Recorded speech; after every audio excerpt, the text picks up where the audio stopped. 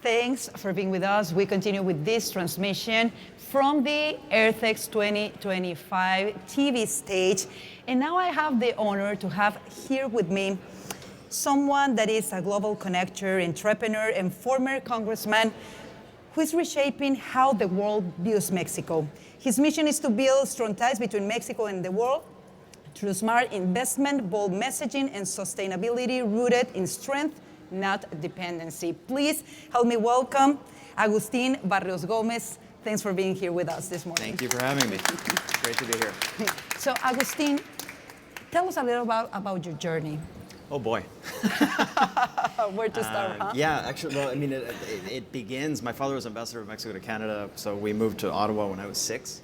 Wow. And so we were 6 years in Ottawa, and then he was ambassador of Mexico to Switzerland when I was 12, and so we were 4 years in Switzerland. And I eventually studied in prep school here in the U.S., and then I went to Georgetown, and then I moved back to Mexico City to be in business and be in public life. I was on radio and television. I was a member of Congress, and eventually I launched an investment fund based out of Houston. So we have an American investment fund that buys industrial properties here. So that's basically been a part of it. The other part is, of course, there's the nonprofit part, the part where we launched the Mexican Council on Foreign Relations in Mexico City, sister organization to the Council on Foreign Relations New York. And we've been very active in U.S.-Mexico relations, hell, ever since NAFTA. So we're talking about 1993, when I was in Washington, D.C., when that was going on, working at CS. I mean, I was very, very young. But I was at a think tank in D.C. and we were working on the U.S.-Mexico connection. So it's been a long time and we've done a lot of different things. Right. Well, it's amazing. Yeah. It's amazing. I can imagine all the stories that you have to share, and we will talk more about of course. That later. So, Agustin, you've been working a lot on this trade relationship between Mexico and the U.S., which is one of the strongest in the world. Right. What challenges do you see right now between? Well, see, it's not just a trade relationship. So these are the two most integrated countries on Earth, by far. Whatever metric you take, it's the most legally crossed border on the planet. We have 1 million border crossings a day through 330 ports of entry. These are legal border crossings. We have the most extensive, so that's the most cross-border in the world. We have, of course, Mexico is the #1 trading partner for the United States. Here in Texas, Nuevo Laredo is actually the most important inland port in the world. So we've got about $300 billion worth of commerce. People talk about Latin America, whatever. There is more trade between Mexico and Texas, not between Mexico and the United States, just Mexico and the state of Texas, than everything that the rest of Latin America trades with the entire planet. And so not only is Mexico, there's obviously a large Mexican presence in the United States, 37 million Mexicans and Mexican Americans here in the U.S., out of which only 6 million are undocumented. The rest are either U.S. citizens or legal residents. So it's, and sure. we shared history. We could be a country. Yeah. Mexicans here in the US will be It's actually the equivalent of the population of Canada. At the same time, Mexico is by far the #1 destination for Americans. Not only is it the #1 destination, but it actually receives more Americans than the rest of the top 5 countries combined. So just so you get an idea, out of 199 countries around the world that have, international flights with the United States, well, probably a little bit less, but out of the entire world, 25% of all international flights that leave U.S. airspace, the destination is Mexico. Wow. So at the same time, Mexico is the #1 destination for American expatriates, right? So at any given time, there's between 1 and 3 million Americans living in Mexico, which is between 4 and 12 times more than second place Canada. Yeah. Mexico City is the only place outside of Washington, D.C. where every U.S. government agency is represented, the only place. Wow. And at the same time, Mexico has the largest consular presence of any country anywhere in the United States. We have 53 consulates in the United States. So this is what's called an intermestic relationship. Yes. So it's not international and it's not domestic, it's intermestic. There is not one issue that the two countries have where the other country is not like #1 or #2 up there. From national security, food security, agriculture, trade, everything, demographics, culture, et cetera, et cetera. That makes it more important to work on ways to create, sustainability because of that interconnection that we have. So what role does sustainability right now plays in these relationships? How do you see it? I mean, from trade at the borders, Sure. from trade on air, from the exchange of people, travelers that you just mentioned. How can we really take care of our planet and implement sustainability to help continue growing this relationship that we have? Sure. I mean, I think number one is that you have to define sustainability, right? I mean, you know, what is sustainable? In a world, so North America is a region that has 500 million people, right? Between Canada, Mexico, and the United States. So, you know, what does sustainability mean in that context, right? I mean, in the case of, for example, our shared wetlands, you know, do we have the policies in place to take care of them? I don't think so, right? I think that we've been remiss, but we've been remiss not in the bilateral relationship or even the trilateral relationship. We've been remiss across the board. And you're seeing the effects of that left, right, and center, right? I mean, for example, one of the most important watersheds in North America is in the Gulf of California or the Sea of Cortez. Mm-hmm. It's at Puerto Peñasco, Rocky Point, for people who live in Arizona. Yeah. And so that's the watershed of the Colorado River, and ideally that should be protected. But are you going to tell the good people of Los Angeles and Las Vegas that they can't have water? Well, no, right? And so what does sustainability mean in that context? I think it's a very difficult thing to decide. On the other end, of course, you know, the entire, so it's a 3,000 kilometers? It's a 2,000 mile border, right? Mm-hmm. And 330 ports of entry. And so on the entire Texas side, it's the Rio Grande, right? Which in Mexico is called the Rio Bravo. What's really funny is that it's neither grande nor bravo, no? One of those very curious things. Especially now. Right, and so that comes up, I went to the original, to the starting point of the Rio Bravo. Uh-huh. It's in Colorado. Okay. It's in near the Sangre de Cristo Mountains in Colorado, in the San Luis Valley. And that's where it starts. It's way up there, like really, really far. Wow. And then it comes down, and then it reaches El Paso Juarez, and then that's when it sort of comes in, and that's the entire border. So that's a very different situation from, you know, the federally owned dry lands, so to speak, of New Mexico, Arizona, and Alta California, no, U.S. California. Yeah, well, that's very interesting, and I'm already impressed with your knowledge and your ability to remember all those numbers. My goodness, it's great having this conversation with you. I've been doing this for a long time. No, and by the way, none of this is new. So, I mean, the U.S. dollar sign is the Mexican peso sign. It's New Spain and Spain bound together. Yeah. When the U.S. adopted a symbol for its currency, that was the symbol for money. Why? Because Mexico City basically had the mint, and the mint was where the new Spanish silver peso was minted, and that was the currency for the entire region. And so, you know, obviously, I mean, there's a reason why, you know, I mean, 850,000 square miles of U.S. territory, obviously, you know, used to be a part of Mexico. Of course. So again, none of this is new, right?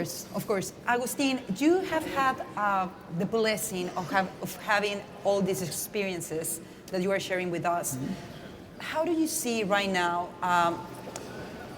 the relationships between the government of Mexico and between the government of the United States of America? Mm-hmm. And do you see the relationship more positive? Do you see that positive things could happen with these two new administrations on the Mexican side and on the American side of the border?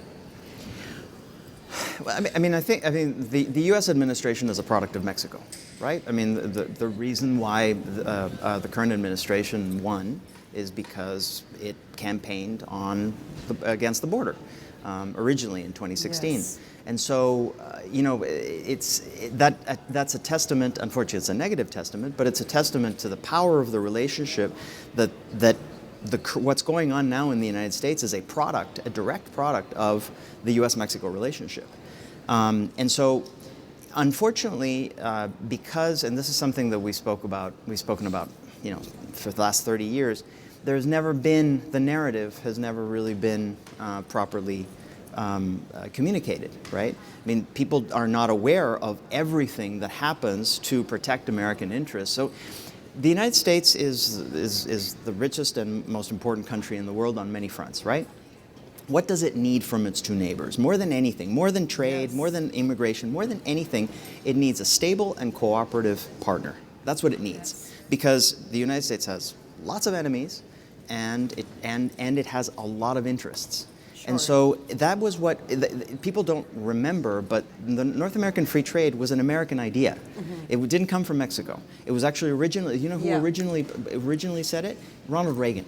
Ronald Reagan proposed that to President José López Portillo back in 1982, if I remember correctly, Yes. and it was Mexico that rejected it. And so why did that happen? Because the United States recognizes perfectly well, or at least it did, that it is in its direct interest. In American prosperity and national security directly depend on a prosperous and cooperative Mexico, period. Yes. And so every time that we go against that, then it comes back to bite the administration, which is why course. you're always having all this backtracking, because they try to do something but then they don't, and all these different course. things. And Mexico hasn't, and unfortunately hasn't made itself responsible on a lot of fronts as well. I want to ask you about something that we are seeing developing right now. Now that this, commercial war or trade war between China and the United States is happening, President Trump has said that he wants America to come back to be a producer, not only Manufacturer. manufacturer. Exactly. And of course, analyzing the power that China has right now, the labor that they have. For a lot of us, it seems like exploitation of their own people. It is very hard to compete against that. But we see that probably Mexico and Latin America could be great allies for the United States in bringing those industries back not only to the United States, but To the region. Yes, to the region. How can we, we have to get prepared for that, to improve manufacturing, which is very important for the national security of the United States, not only speaking about trade, but for our own national security. How can we prepare to be capable of producing and bringing back those industries to this hemisphere, and at the same time doing it in a sustainable way? It's above my pay grade. It's for me as a student of international relations to see. I was there in Washington D.C. when China was admitted to the World Trade Organization, and the reason it was admitted in because of the global trading order, but it was admitted because there was something that was believed to be a truth, Yeah. which is economic freedom brings political freedom, right? And we'd seen it in West Germany, we'd seen it in Japan, we'd seen it in Korea, we'd seen it in the Republic of China and Taiwan. We'd seen it in all these different countries around the world. And there was this, the Berlin Wall had just fallen. So, liberal democracy was winning. Yeah. And it was just a matter of Yes. time that everybody was going to be peaceful and rich, right? Is what we thought. Yeah, Yes. exactly. And there were a lot of reasons for that to have been thought in Yeah. that way. And so to have seen China turn against the system that created its prosperity has been one of the greatest shocks in my life, personally. course. Because it's just insane. You had the fastest accumulation of wealth. 400 million people were brought out of poverty in that process. And instead of China coming up to the table and saying, look, we want to play a responsible role, Americans, where we are going to be, we're going to help the world become, Better. better and just like us. For some strange reason, I'm guessing because Mercury's in retrograde or something, it turns out that they went full banana republic on us, right? Yes. I mean, they turned around and they said, no, turns out I'm Xi Jinping, I'm going to be dictator for life. It's like, really? So anyway, it was a very bizarre thing to see China turn against the system that had actually created its prosperity in a very nasty way. Yeah. And so the United States, over the years, turned around and said, oh my gosh, these guys, they're no longer our partners. It turns out that they're our enemies, right? Yeah. And so I think it's been very clear that the world is dividing up into two spheres. And the United States, as big as it is, it's not big enough, right? 330 million people aren't enough to really create the level of prosperity that Americans have actually gotten very much used to. Right? And so you do need partners. And I mean, I love my Canadian friends. My friends call me a closet Canadian. But to be honest, 40 million people is not that much either. Yeah. right? We've got 140 million in Mexico, so that's at least going to help, right? Absolutely. You're going to have to bring the rest of the region on board. That's harder than it seems, because in reality, Latin America is a curious construct. Mexico is very much a North American country, and yes. There's cultural affinities, but I think we have more direct flights to Houston than we have to every single other capital in the entire Latin American region. I mean, it's one of those things, right? Yeah. So if without Mexico, you're not going to have that ability to replace Chinese manufacturing. You're not going to be able to do what you want to do, right? And what concerns me and what I don't see clearly is how can we replace Chinese manufacturing without sacrificing something. Like right now we have to prepare, we're going to be sacrificing prices, and of course we all want a good economy. And choice. But we will have to make the sacrifice, because of course we get a lot of products very cheap from China. That's correct. But we know that they pretty much, they don't have, a lot of people consider that there's slavery in China. People don't earn the wages that they should for the labor that they put into, and we will never see that happening here or in Mexico, for example. What else do you think we will have to sacrifice to replace Chinese manufacturing and being aware as society that is worth the effort of sacrificing that for the security of America and the rest of the hemisphere? So I think the very first thing that we have to realize is that that's very much fighting the old war. We're fighting the previous war. If you actually go to China, China has done an enormous job of automation. I mean, the newest factories in China are not working with human beings. They are working with robotics. And this is accelerating at a dramatic pace. So you have to factor in the AI and the role that's going to play, robotics and the role that's going to play, because you have to remember also China is going to is falling off a demographic cliff, right? Sure. So right now China has a population more or less 1 to 1.4 billion people. By the end of the century, that will be half. Just so you get an idea. So half of the people in China will no longer exist, and that's not something that the Chinese Communist Party can change, because the people who would be having those children were not born, period. So you're not going to fix that problem, right? And so what China has realized this, and so China is actually gearing up for the next war, and they are actually they're tooling up those factories, and they're doing this massive process of automation, which is what you're seeing in automobiles, right? Suddenly it turns, you turn around, and now they're selling Chinese automobiles in Mexico. Yes. Right? Yeah. And so not for export to the United States, for the Mexican market. Yeah. And so in the space of 2 years, Chinese cars, EVs mostly, have captured 30% of the market. And these cars are not being manufactured by huge workforces. These cars are being manufactured in many ways by these massive robot factories. So we have to actually start asking ourselves, where are we going demographically? Where are we going technologically? What is that really going? Are we not fighting the last war? I think we are. Yes. All of these conversations are actually fairly stale in reality, because what's actually happening is something that's so vast that we're not really capturing the full thing. And there's another thing also on the U.S. side. The U.S. has, for all practical purposes, full employment, and so it's like. So a lot of experts have said, those factory jobs that you're trying to bring back, they actually, people don't want to actually do them, right? Yeah. And so you're having a lot of problems finding people to fill those jobs, right? And so we're going through massive historical change. We have to gear up for the next technological revolution, for changes in demographics. I think we need to start looking forward instead of looking backwards. It's interesting what you're mentioning, and I recall just a couple of weeks ago, President Trump mentioned that he will like to do something with farm workers, which I believe is very important. A lot of farm workers, of course, that their status is unfortunately not regular here in the United States, but he recognizes that need. And I think it's great. We can complain, or people can complain about the procedures and all of that, but I think it's wonderful that someone at least is now addressing that issue that it has been for decades here. Yeah. And especially now at this point when we really will need not only farm workers, but construction workers. Construction You want to know workers, the number one absolutely. problem, the number one economic problem that's affecting Americans directly is housing. And housing requires construction workers. Absolutely. Construction workers tend to be immigrants. Yes. The vast majority of by them, the way, yes. you also need Canadian lumber.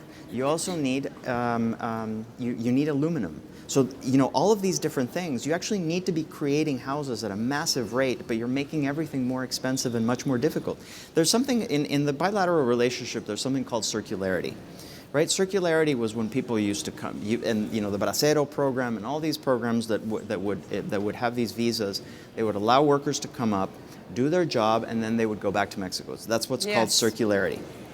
Circularity started when you started to thicken the border, when you made that more difficult. Then what ended up happening is that you made people choose, and so they ended up bringing their family to the United States instead of continuing that circle of circularity. And that's when you started to see the backlash with respect to these communities saying, we don't want immigrants. And so I think that it was a huge mistake to block circularity because these people were doing a job that was necessary to feed the United States. Yeah. And at the same time, it was allowing these people to go back to their communities in Mexico. And I believe that this administration wants to address that now. And yeah, it's it's obviously an old thing. I mean, it's an old chestnut. This has been on the books for a long, long time. Sotto voce, right? With not when it doesn't get a lot of press, you do actually have significant farm worker programs, H-2 visas, if I remember correctly. So there is a lot of that going on, but there are still a lot of fields in California, in U.S. California, that are lying fallow because they're not, because they don't have the people to work them. Absolutely. Before we run out of time, I wanted to ask you that, of course, this trade war creates a lot of uncertainty for many sectors. Do you think it was, but we have to recognize that it was something that needed to be addressed. What was, sorry? The commercial trade, Trade? the trade war that we are seeing right now, and that this administration is trying to shift trade globally. Yeah. It's something that creates a lot of uncertainty right now for several sectors. Sure, for everybody. But did you think it was something necessary to address and that it's great that we are addressing now? No, I don't. Okay. I think that it's part of a much bigger picture. Okay. I think that trade is just one element. So the entire post-war system was created. And speaking specifically about China, for example, in how powerful China became, and as you said, unfortunately, they don't have a vision of being friends with the rest of the world. Yeah, no. It's a very complicated thing because now it turns out, for example, Vietnam is a very friendly country, right? So the world has changed in that way. But I would have liked to have seen. I don't think anybody's being benefited by creating trading blocks. I'm a big believer in freedom. That's what I grew up with. I started my professional life after the fall of the Berlin Wall. I don't think that this is the way to do it personally. I don't think that China is doing it correctly. I don't think the United States is doing it correctly. I think that there are conversations that we're not having. I think we're discussing very much 20th century problems in very much a 21st century world, and we should be looking for things that improve the lives of everyone and not trying to find ways of beggar thy neighbor policies. Those didn't work, and it led to the Great Depression. So Of course. That's just my thoughts. Agustin, before we close, what's one mindset shift you believe Mexico and the rest of the world needs to embrace when it comes to environmental progress? Oof. Yeah. So everything. I just don't see enough focus on the lived environment. I don't see that there are enough incentives for the world to transition, and at the same time it's very strange because you are going through this massive demographic shift. So one of the big drivers of environmental degradation, which is population growth, is very quickly going to collapse in the next decades. Now, what will happen to what kind of a world are we going to live in there? I think it's very much up in the air. Now, we have the opportunity right now to refocus, to find those solutions thanks to high tech that I think that are there, but we just need to implement them. Absolutely, I agree with you. Agustin, thank you for helping us see the bigger picture. Of course, everything. it's my Thank pleasure. you so much. Thank you. Qué gusto, Qué gusto platicar contigo.